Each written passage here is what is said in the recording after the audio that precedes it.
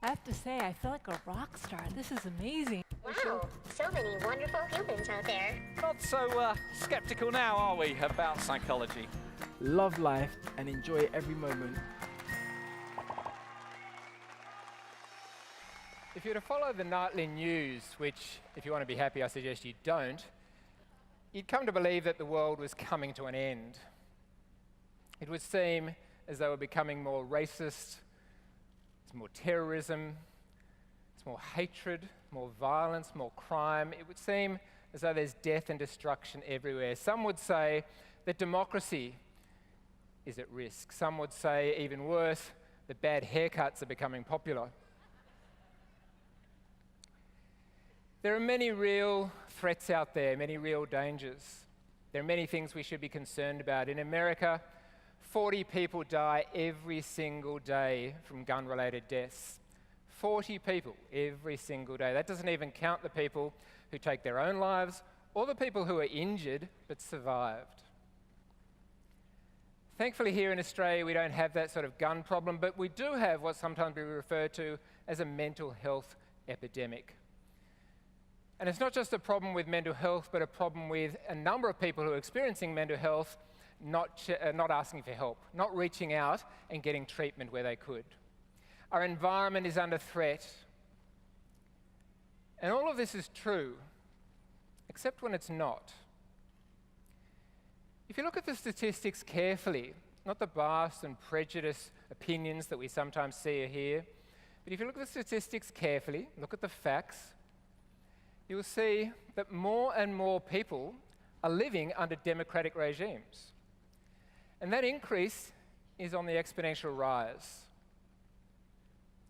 More and more people are healthier and living longer. You might not be able to see the details there, but the top left graph shows longevity. People are living longer than they have ever had before, and that increase is increasing. And in the bottom right graph, inequality is decreasing. So it's not just the wealthy are living longer, but everyone is catching up with them. We're healthier than we've ever been. Almost every health measure in almost every part of the world is increasing. This is a graph that shows the number of people around the world who have access to clean drinking water. Massive increases over the last couple of decades, but again, almost every other health measure is improving. And all this reminds me of a story of an old lady who was driving a car with her daughter. And the old lady went through a red light a few minutes after leaving home. The daughter ignored it for a second, but when she went through a second red light, the daughter turned around and said, "Is everything okay, Mum? I'm worried about you driving." And she said, "Am I driving?"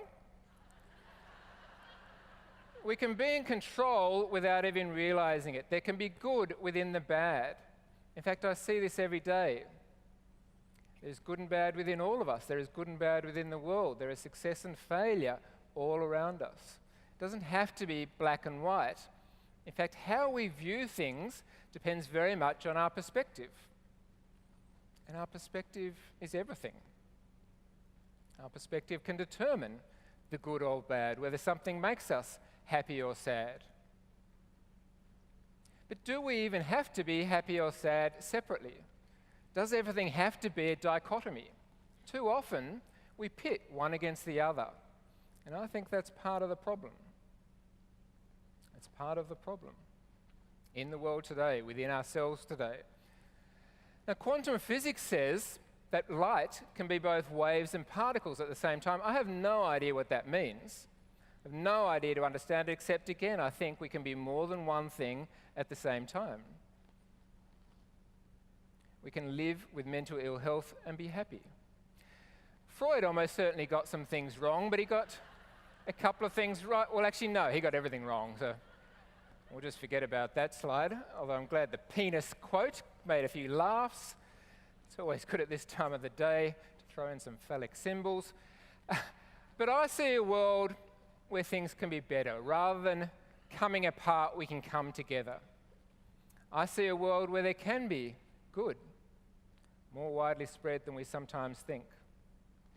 I see a world every single day where there is good, where there are good people doing good, and I see a world where mental ill health will no longer have the stigma that it has, where people can proudly and honestly, authentically express their vulnerability and say, I have depression, I'm going to get treatment for that, there's nothing wrong with that.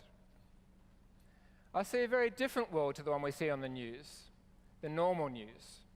I see a world where, again, there's generosity, there's kindness, there's compassion. I see a world where there is love, where we can care for each other even if we might disagree.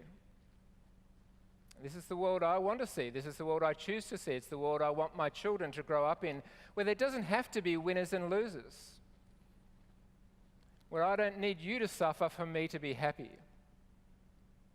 It's not the sort of world I want to live in. It's not the sort of world I want for our future. And a final story is of a man that visited Africa and a small village where he said to the young children there, I'm going to go and put a bag of lollies under that tree, and I want you to race. When I say ready, set, go, the first person there gets to keep all the lollies. So he said, 1, 2, 3, ready, set, go. And he was surprised when the children held hands and skipped off together, walking as a group, laughing and chatting. And he turned one of the children and said, what's going on? And the young girl turned around and said, how can I be happy if we're not all happy?